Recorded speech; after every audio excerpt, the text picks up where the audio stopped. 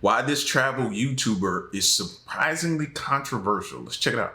Bald and Bankrupt is one of the website's most fascinating YouTubers. He gains over 1 million views per video by traveling to extremely isolated areas. However, with accusations of credit card fraud, unexplained court cases, and most notably controversial behavior toward women, to say he has a hidden dark side would be putting it pretty lightly. Take for example his very first video titled I Love India's Policewomen, in which he spends roughly 3.5 minutes firstly swooning over female cops. I saw what at first appeared to be a mirage, but they were no mirage. They were Indian traffic cops, and they were beautiful. Before filming some pretty questionable shots with some more creepy commentary. I stayed in the city an extra day, for no other reason than to gaze upon them. In fact, I'd often stop to ask needless directions just to see their smiles up close, maybe feel a slight hint of their breath on my skin. Many of the video's comments echoed, "Ha, I knew it, I'm not the creepiest man alive." However, despite being a pretty creepy upload, there was no denying the footage was interesting, especially to a Western audience. By showcasing similarly interesting culture shock footage like a $1 Indian gym, Mumbai's largest slum, and a stolen item market, Bald and Bankrupt exploded in popularity, all while maintaining his vocal love for the opposite. Like, he's lucky that they didn't take that a different way. Like, that could have came off disrespectful to them. I'm surprised. He lucky. Sex. There's two things that I like in life: markets and women. And here I've come to the world's only all-women's market. In other videos, Bald's comments became much more expressive. Oh, sexy little things in a hijab. I'm a little bit scared to flirt. I do like a woman in a hijab. Is the hijab one when you just see the eyes? It's very sexy when you just see the eyes. Leaves a lot to the imagination. You start imagining what's under the rest of it. Although since they were nested in highly interesting videos, nobody seemed to give them a second thought. I found someone who's looking for girls like me. Where are the girls at? Let's find some chicks. Excluding what seemed to be one single person who wrote, "Maybe one thing this channel is missing is a little bit more respect for women. They're either You could have known those comments was coming, bro. Like, it just feel filthy just hearing it. So they're like objects and creepily talked about, or they're big fat women with cankles. I love this channel, but yikes, it's weird." To which Bald actually replied, "I have news for you. Men objectify every woman we see or meet. We place them in two categories, would them or not. It's reality. If you think that is creepy, go ahead, but it doesn't change the facts of how men think," which had been commented on a video where Bald had stated this. Argentinian team has some hotties on it. Next stop, Argentina on the world tour, I think. But I have no actual interest in watching polo. Although watching some Argentinian girls bouncing around on a horse might be fun, I don't know. Any Argentinian people staying here? Any blonde Argentinian girls, you notice? His outlook only became more solidified after moving to Russia in 2019. Look at the boobies they've given her. Oh my god, they're huge. They're bigger than Tanya's. Although we'll have to come back to the topic of women later, as in the meantime he'd find himself in a totally unrelated controversy. During a video titled The Last House in the Chernobyl Village, Bald met a man named Kolya who lived in a derelict forest house with no power or running water. The two struck up quite an unusual friendship, filming 6 different videos together, during which Bald had an idea. He chose to launch a line of merch with Kolya's face on the front, the profits of which would be given to Kolya so he could increase his standard of living, and this seemed to work perfectly. Recently, I had a t-shirt campaign. I said I was going to raise some money for someone. And well, you guys bought the t-shirts, and I've got the money. And so I'm going to come here and hand it over to somebody. Bald gave Kolya a handful of banknotes, later clarifying the amount to be, I left him with the equivalent of what was about a year's pension money. Although since the amount of money was somewhat visible on camera, people were able to pinpoint exactly how much money was given. In my eyes, Bald is only... That didn't look like a lot of money. Not for you saying you're running a t-shirt campaign. Then at the same time, you're receiving over millions and millions of views. So if a fraction of people bought that t-shirt campaign, that's gonna be way more money than you just handed this guy.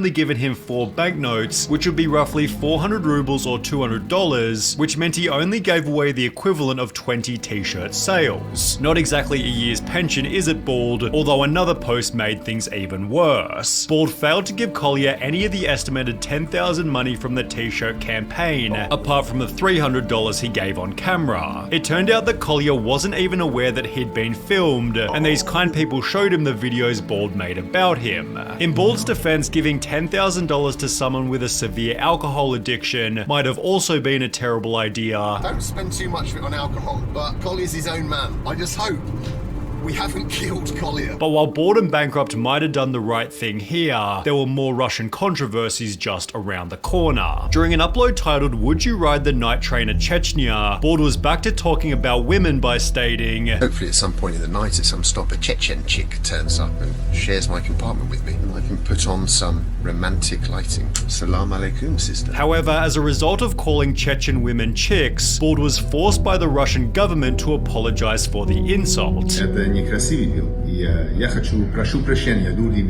But with comments, I'm surprised. It took this long. I'm surprised. Really surprised. Like, somebody should have been stepped in and got on to him. And I figured it would be somebody from one of the countries, but to hear that the government actually stepped in for one of those countries, it needed to happen, bro.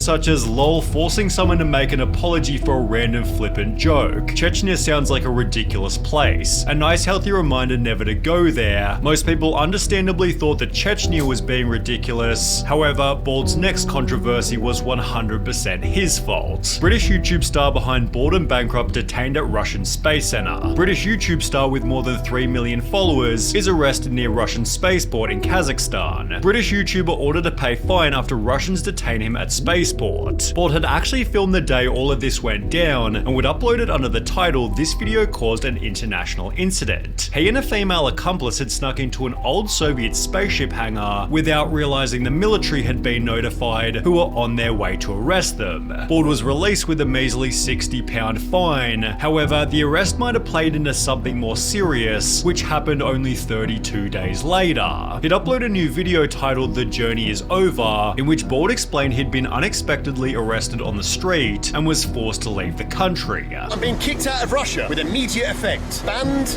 from coming back. In the months prior, Bald had called Putin crazy and shown his support for Ukraine, the reason for which was explained during a released interrogation video. He'd state, "When you have a face on YouTube, if you want to earn money, you need to say what people want to hear. If you don't, it will be a problem for you." Every YouTuber received an email from YouTube where they said you may only talk about the situation in Ukraine from the side of the Ukrainians. You can't tell it from the Russian point of view. If you do this, then you won't be able to earn money from advertising on your channel, with the audience again taking Bald and Bankrupt's side. Bald was really smart here. He clearly just speaks what is needed to get out of that situation. That's what I would do, the only aim is to get out. Anyone who thinks that Mr. Bald is a hypocrite has never experienced an encounter with Russian authorities. He's an absolute genius and a certified legend. Besides, being thrown out of Russia meant he could go to some new countries, where in Syria he'd post a story to his Instagram, reigniting an old point of criticism: discussions about women. Me before visiting Syria thinking, must be hardcore there, probably going to be a week of no alcohol and must not look at girls on the street or else I'll be beaten up by angry brothers. Reality of Syria: guys inviting you to bars to drink and constantly telling you to go to Homs to see how hot the women are there. My kind of country. Just a few months prior, Bald had posted another story reading, "Throwback to 6 years ago when myself and HB were just a couple of red-pilled young chads traveling across Siberia having adventures. We'd love to repeat those escapades and film them, but of course YouTube only allows for watered-down versions of trips. Hashtag censorship sucks." Bald seemed to imply that during his trips, he'd seen more than just the local tourist spots, and as a result a subreddit was created titled Bald and Balder Dossier, deeply investigating Bald and Bankrupt's history.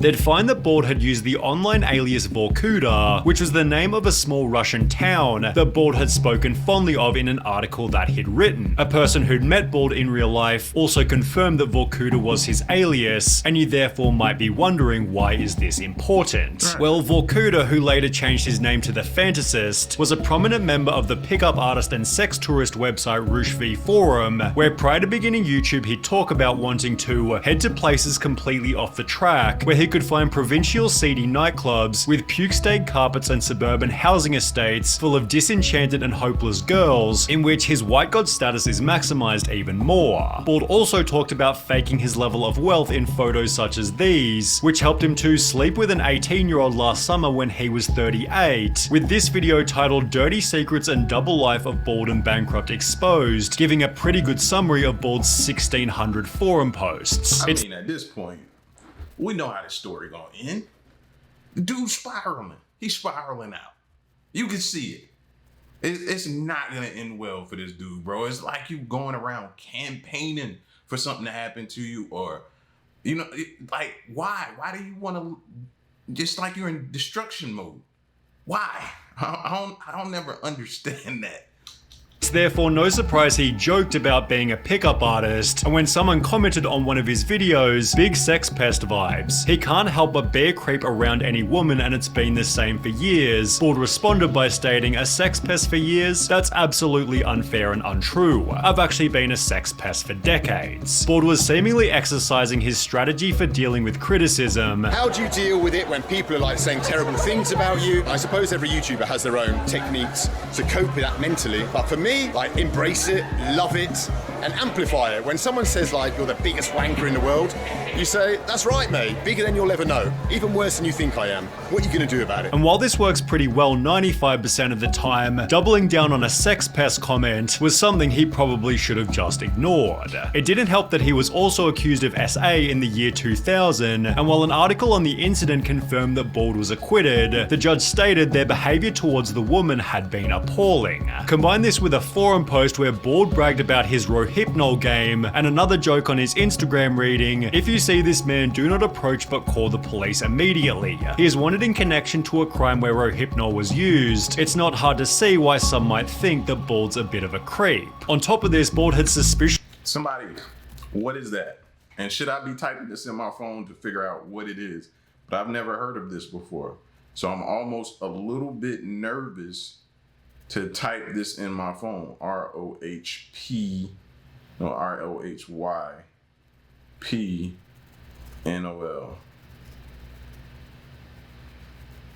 Oh, it's a sedative. He is one in connection to a crime where a he's trying to play those games. All right.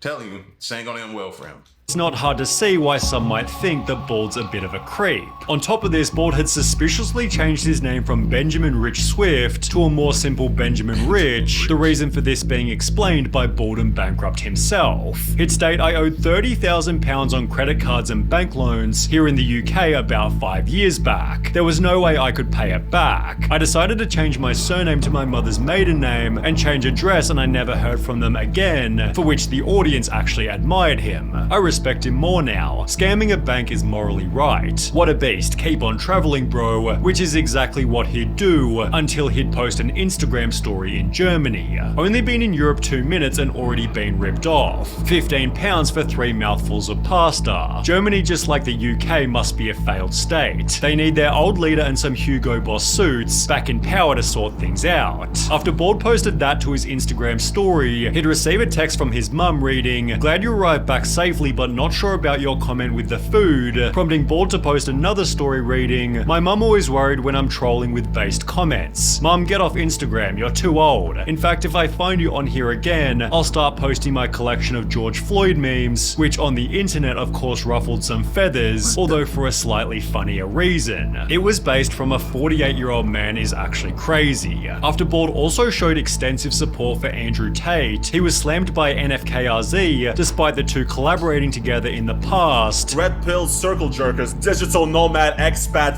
Bold and Bankrupt looking.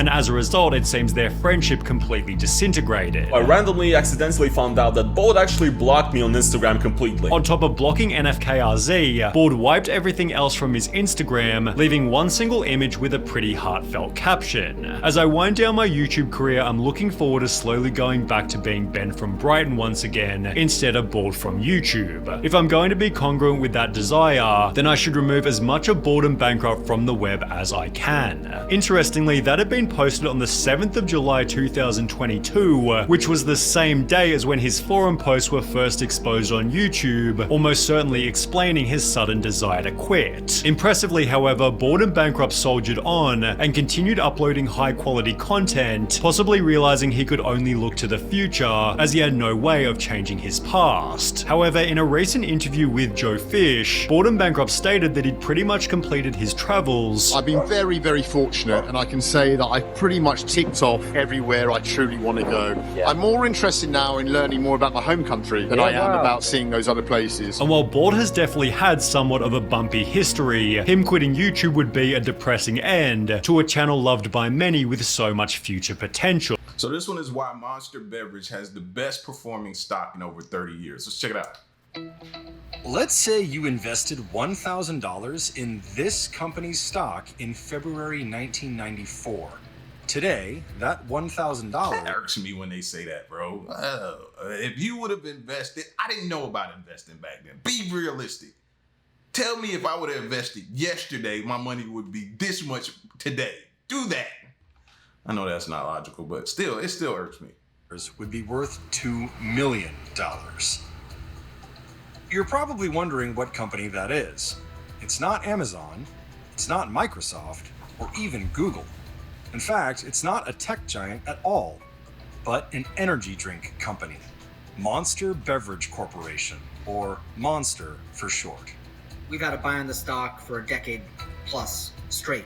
Think about it, the next global mega brand. 3 decades ago, Monster's stock was trading for less than a nickel. But since then, it's appreciated by about 200,000%, making Monster the best performing stock in 30 whole years. Yep, you heard that right. Can't be as lucky as they've been for as long as they've been without being really good at running a business. This is a company that today is going to do $7 million in sales in 23, probably break $8 billion in 24. CNBC tried to find out how this company has had such a monster rally under the radar.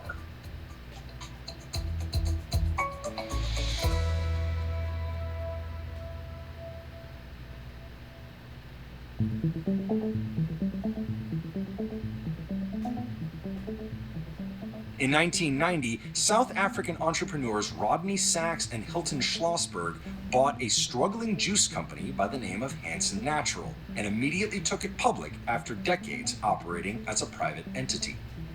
The co-CEOs bet early on an immature energy drink market, initially launching Hansen's Energy in 1997. 5 years before their infamous Monster drink, and 15 years before the company would rename itself Monster Beverage Corporation.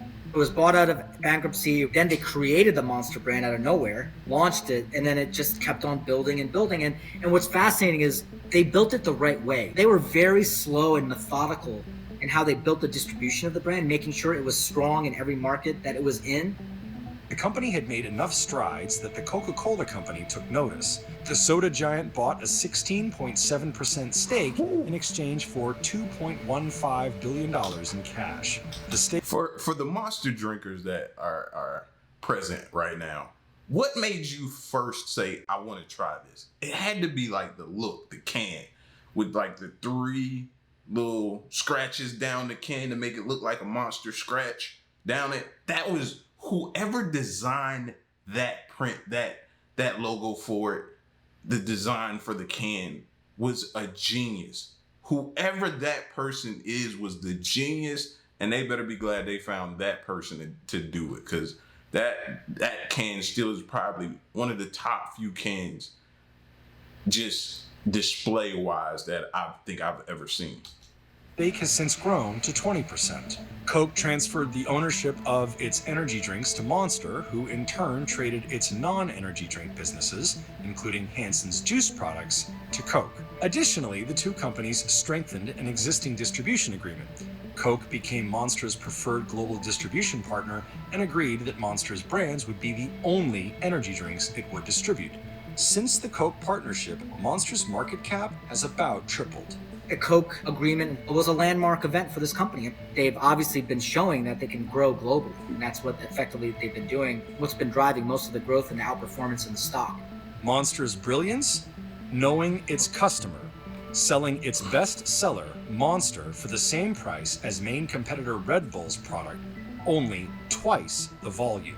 It really resonated, especially with younger consumers, blue-collar workers, which continues to be the bread and butter of the business today. Pursuing that core customer has remained the company's key strategy. Instead of traditional marketing, it prioritizes sponsorships, targeting extreme and unconventional sports, drawing many fans from those bases. What they were able to do is figure out who their consumer is, and go after events that consumer paid attention to. Monster drinks aren't sold in bars nor marketed on TV. Despite many attempts, the company never responded to CNBC's request for comment or interview, and presumably, the company has never conducted a public interview. They do earnings calls 4 times a year and 1 or 2 other events historically, and that's about it. So they've let the results speak for themselves. The way they built the brand is quite unique. Less about the category and more about the lifestyle and what you can accomplish with the product.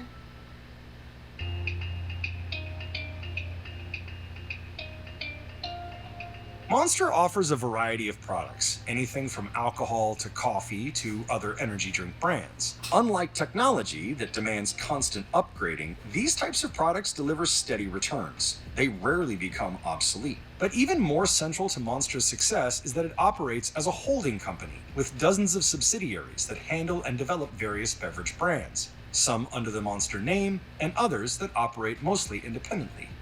This is a business that is essentially a marketing company. They're essentially selling a brand.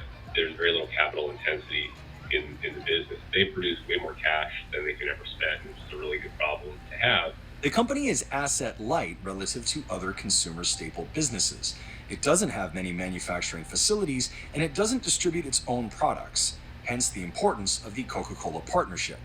What I think Monster's been able to do is very rare, actually. They've been able to take a master brand and they've been able to cut it across sub-segments of the beverage industry. Even Coca-Cola, which is one of the greatest brands in the world, has not been able to do that. Still, it took decades to grow the company into the drink behemoth it is today.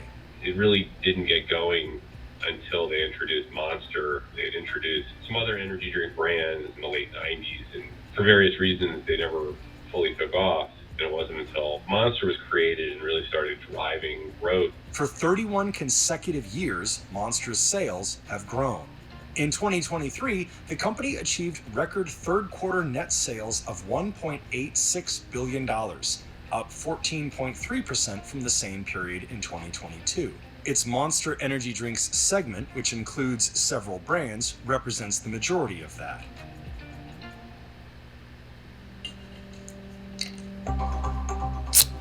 In 1999, energy drinks were classified as new age beverages, representing just 9% of the segment. Though not a perfect comparison, the same analytics company predicted energy drinks represent about 21% of the entire beverage industry in 2024.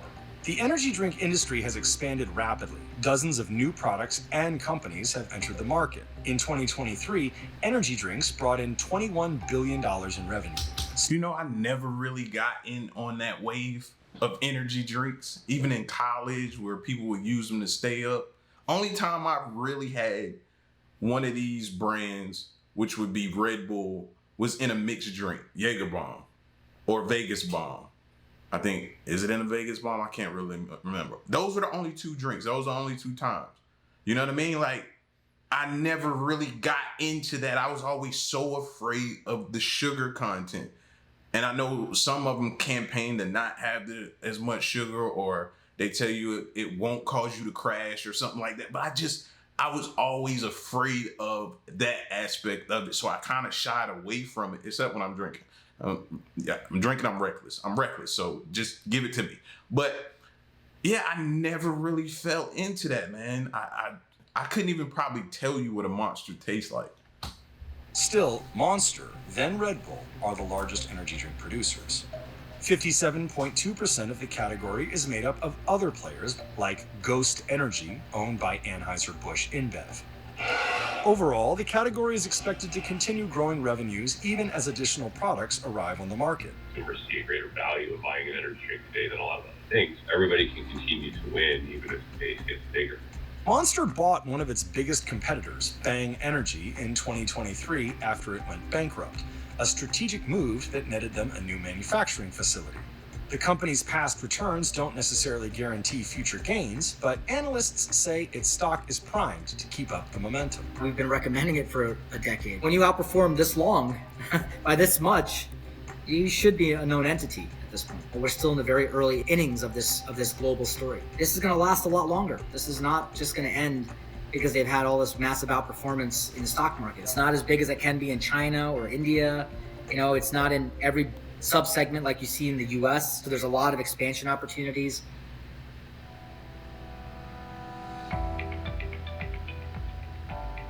There are, however, some risks ahead.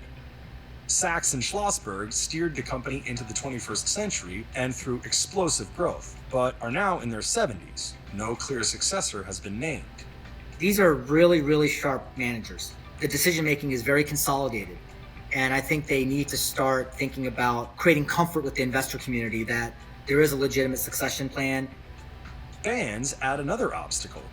Some countries and retailers have already implemented restrictions as the caffeine content in these drinks has spiked. Though the UK does have a legal age mandate, it hasn't stopped people from buying the products. Monster continues to grow there. From a company standpoint, none of this really had much of an impact. From a protection standpoint, you really haven't heard a peep out of folks for a while because, as I said, the FDA has ultimately kind of said what they want us to do. As of February 2024, the US has no national regulations, and analysts say they are cautiously optimistic that none will manifest in the near future. A 2013 Senate hearing on energy drink risks resulted in no industry changes. And Monster fans don't seem to care.